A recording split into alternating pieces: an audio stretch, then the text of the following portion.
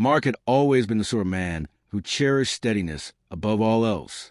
Raised in a modest household, his parents weren't the type to chase grand dreams or display fiery emotions. Instead, they shared a quiet, enduring respect for one another, a bond that seemed to grow stronger through the years of ordinary life.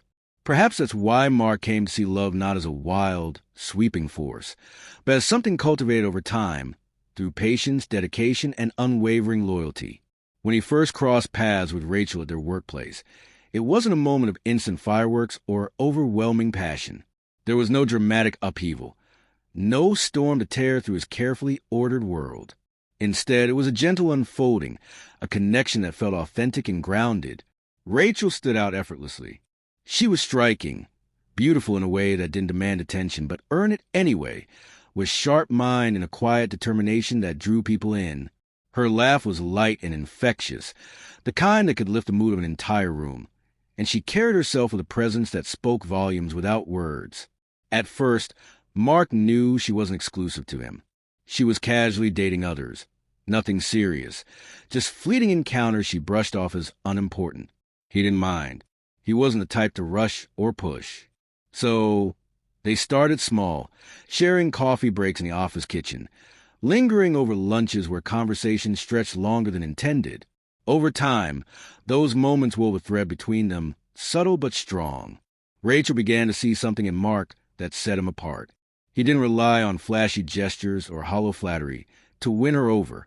He was steady, attentive, someone who listened when she spoke, who noticed the things she didn't say. He respected her space, her silences, her independence. When they finally became a couple, it felt less like a leap and more like a natural step, as if they'd both been waiting for the pieces to fall into place. 6 months later, they moved in together, blending their lives with an ease that surprised them both. A year after that, they stood before a small gathering of family and close friends, exchanging vows in a simple ceremony that mirrored the understated strength of their bond. From the outset, they were clear about their future. Children weren't part of it. Rachel was ambitious, her sights set on climbing the career ladder, exploring the world, and savoring life as a pair without the weight of conventional expectations. Mark felt the same.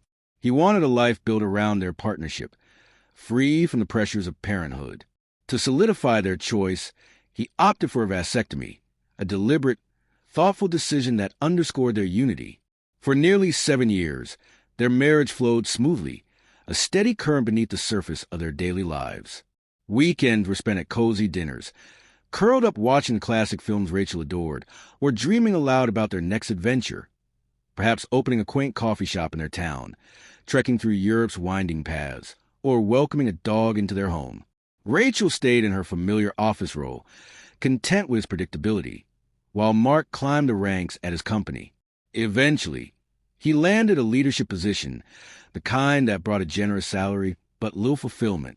The work began to feel like a grind, a cycle of survival rather than a source of purpose. That's when his older brother, Alex, approached him with a proposition, a logistics startup tailored to small local businesses. It was a gamble, financially risky, demanding long hours and sacrifices, but it sparked something in Mark he hadn't felt in years. He craved the challenge, the chance to rediscover himself beyond the safety of his routine. Rachel hesitated at first, wary of the uncertainty, but she saw the fire in his eyes and gave her blessing. Quitting his job was like stepping off a ledge, the ground uncertain beneath him, but he leapt anyway. The early days of the venture consumed him. Meetings stretched into late nights, research filled his spare moments, and trips to warehouses blurred into a relentless schedule. He and Alex debated strategies, mapped out goals, and wrestled with deadlines, pouring everything into making it work.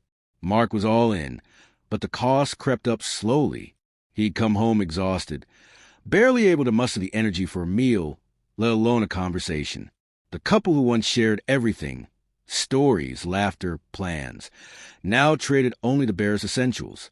"Did you eat?" she'd ask. "Yeah," he'd reply. "Staying up late again?" Probably. The warmth that had once defined them, the intimacy that thrives on closeness, began to fade, a flame starved of oxygen. Neither seemed to fully register it. Or perhaps Rachel did, but she kept it to herself, unsure how to bridge the growing gap. Mark rationalized it all. This was temporary. He told himself, once the business stabilized, they'd find their rhythm again. He clung to that belief, trusting in Rachel's honesty and the foundation they'd built over nearly a decade.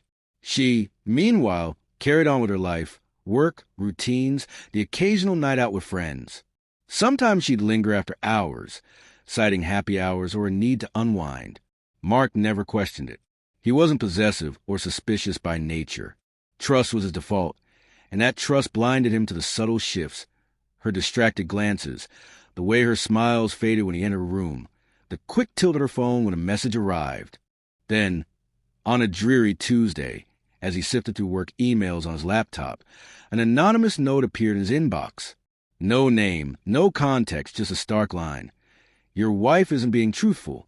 She's not late because of traffic. He stared at it, the words looping in his mind. A prank, maybe?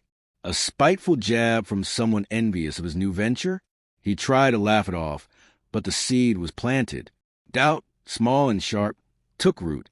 For the first time in years, his pulse quickened, not with affection, but with a quiet, gnawing fear. Something wasn't right, and the realization settled over him like a shadow. Rachel never meant to stray. She repeated that to herself, as if saying it enough could rewrite the truth. She didn't set out to betray Mark, to unravel the life they'd stitched together. But the emptiness didn't strike all at once. It crept in, slow and insidious, like a hairline fracture spreading across a wall. At first, she dismissed Mark's distance as a phase, his exhaustion a byproduct of his ambition. She waited for him to resurface, to fill the silence with the warmth she'd always known. But days bled into weeks, weeks into months, and the loneliness settled in her bones. Even in their shared home, she felt adrift, unseen. At work, where she'd once been content to punch in and out, she started lingering. An extra meeting here, a coffee with colleagues there, a conversation that stretched beyond necessity. That's when Josh came into focus. He'd always been there, a familiar face on the team, but they'd never gone beyond polite small talk. Now, though, he stood out, easygoing, quick with a quip, the kind of man who could coax a smile from anyone. Rachel, parched for connection, let herself be pulled in. His carefree energy was a stark contrast to Mark's quiet intensity, and she found herself craving it. Their talks deepened. Lunch breaks turned into after-hours texts, casual chats into something heavier. It wasn't the act of infidelity that hooked her at first, but the feeling of being seen, of matching again. Josh asked about her day, praised her ideas, noticed the little things, her new earrings, the way she tied her hair back. After months of silence at home, his attention was a lifeline. One evening, after a team happy hour, she offered to drive him home. They sat in her car, talking far longer than needed, laughter spilling between them. When the words ran out, the silence wasn't heavy, it was charged. He leaned in, his kiss tentative, almost respectful. She hesitated, then kissed him back, a tangle of guilt and longing twisting inside her. She hated herself for it, but she didn't stop.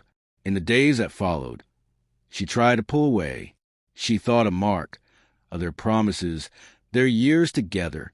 But the chasm between them had grown too wide, and her remorse couldn't bridge it. The second time happened, then the third, until it became a pattern. Tuesdays and Thursdays, excuses of late work or team drinks. She'd slip home, shower off the day, and slide into bed facing away from Mark.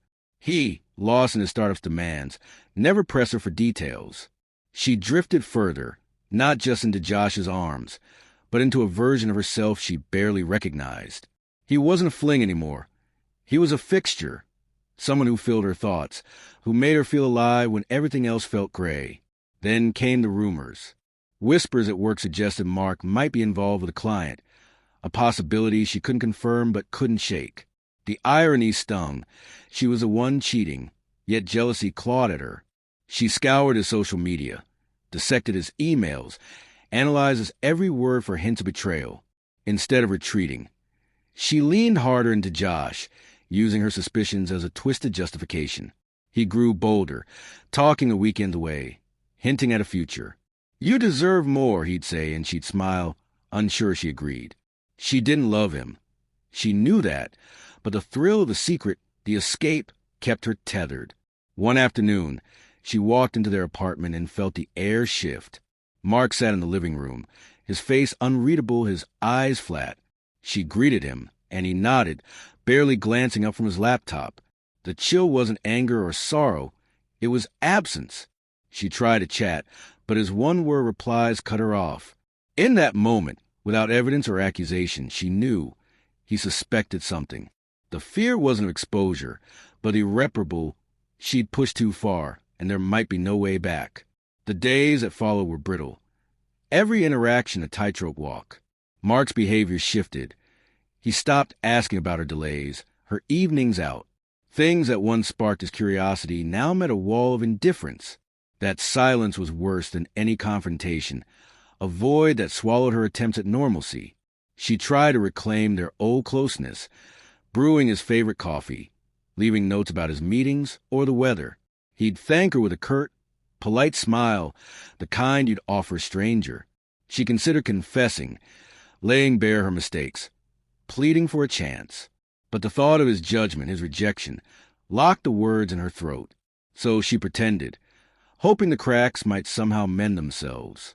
One Saturday night, desperate to break the stalemate, she sat beside him on the couch.